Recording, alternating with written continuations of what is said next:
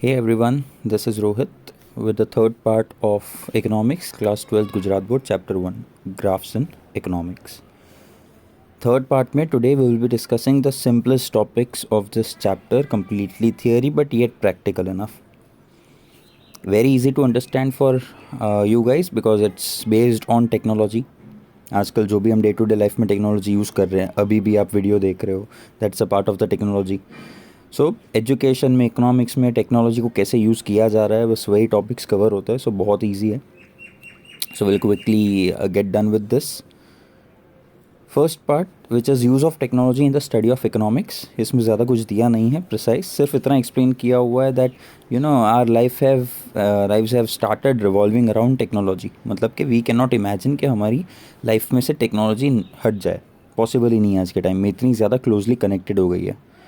चाहे वो हमारे फ्रेंड्स रिलेटिव से कनेक्टेड रहना हो, कॉल करना हो, मूवीज़ देखना हो, म्यूज़िक सुनना हो, using navigation to reach a destination while we are driving to an unknown destination, purchase करना हो ऑनलाइन, कुछ बिल पेमेंट करना हो, इलेक्ट्रिसिटी बिल हो गया, गैस बिल हो गए, मूवी टिकट्स बाई करनी है, कोई और टिकट्स बाई करनी है. ये हर एक चीज़ बहुत सिंपल हमारी डे टू डे लाइफ से कनेक्टेड है और ये सब टेक्नोलॉजी से कनेक्टेड है.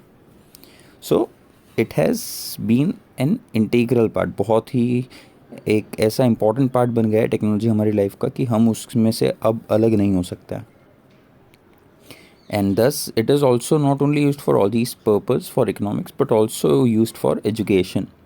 आज की डेट में इससे ज़्यादा अच्छा एग्जाम्पल कोई हो ही नहीं सकता है जहाँ पे you are not able to go to school. So technology is helping us to reach you and also helping you guys to attain education from us. So technology का आज की डेट में ऐसा प्लेटफॉर्म बन गया है जो एजुकेशन इम्पार्ट करने में हेल्प कर रहा है.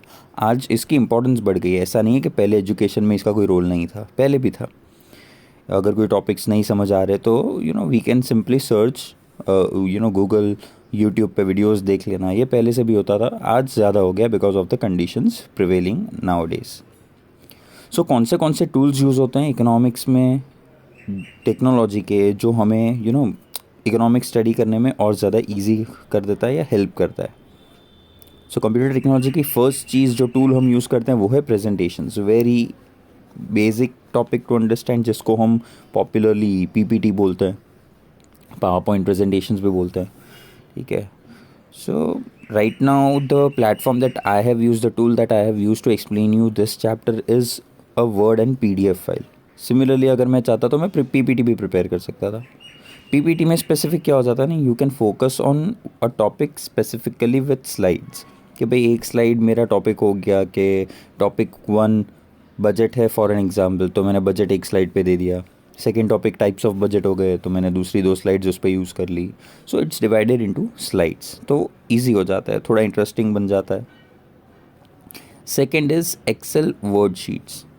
एक्सेल भी आप यूज़ कर चुके हो, जहाँ पे we have blocks, we where we fill in data.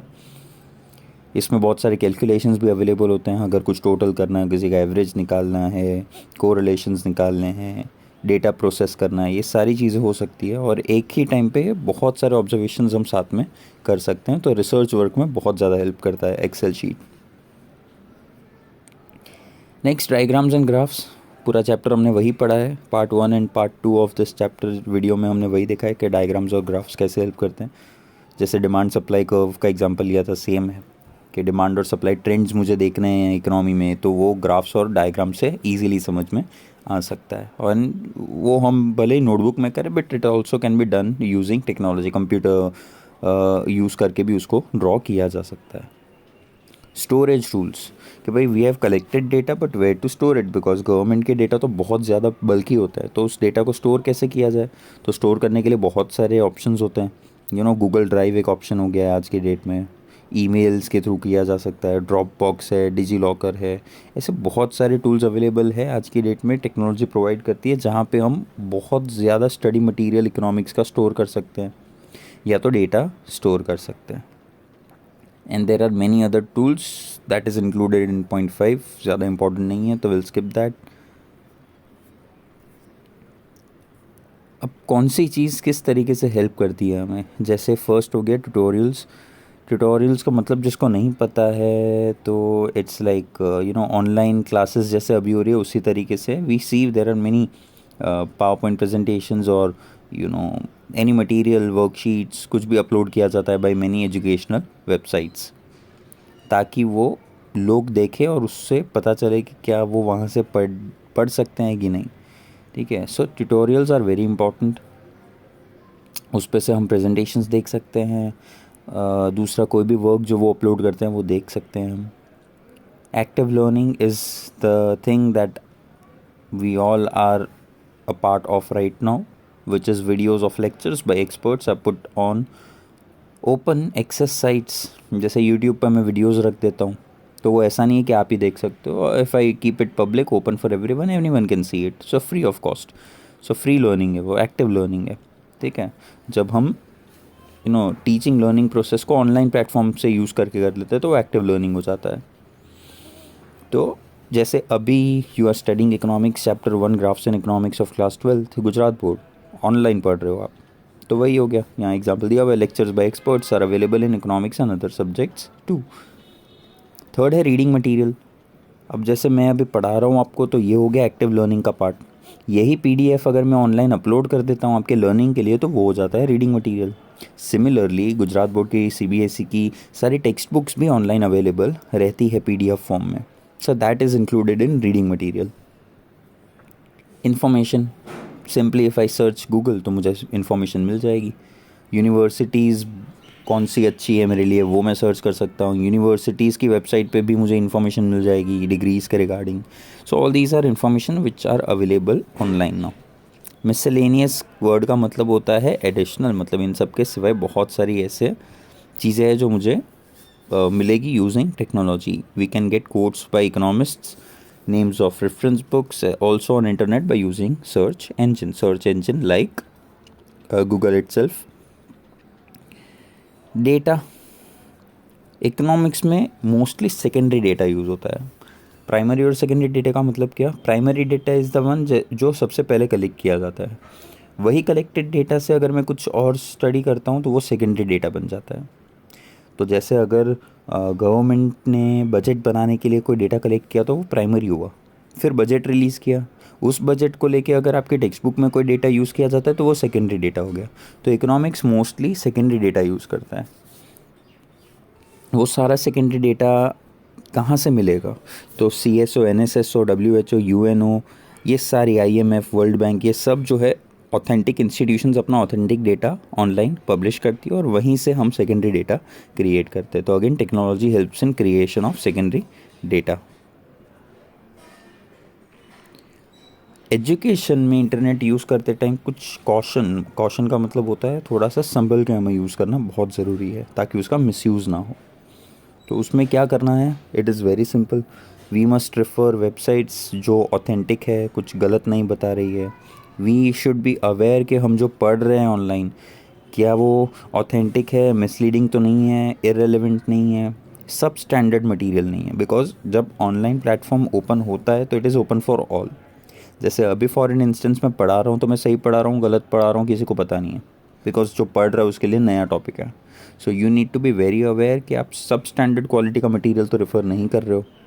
So all these things are very basic. We should be having an attitude of thinking and reasoning कि भाई बस देख लिया और मान लिया, ऐसा नहीं होना चाहिए। We should if we want we can cross verify it। we should believe that whatever we are watching online or using technology is authentic and not a substandard material। Last second topic है CDs। Data को store करने के लिए compact disc, जो आज की date में इतनी ज़्यादा तो यूज़ नहीं होती है बट स्टिल गवर्नमेंट के लिए बहुत इंपॉर्टेंट है ये, बिकॉज काफ़ी ज़्यादा डेटा इसमें कलेक्ट किया जाता है। एग्जाम्पल्स दिए हुए हैं। Some data series frequently used in economics are CD of national income accounts of India, census of India, annual survey of industries, NSSO that is national sample survey organisation and so on.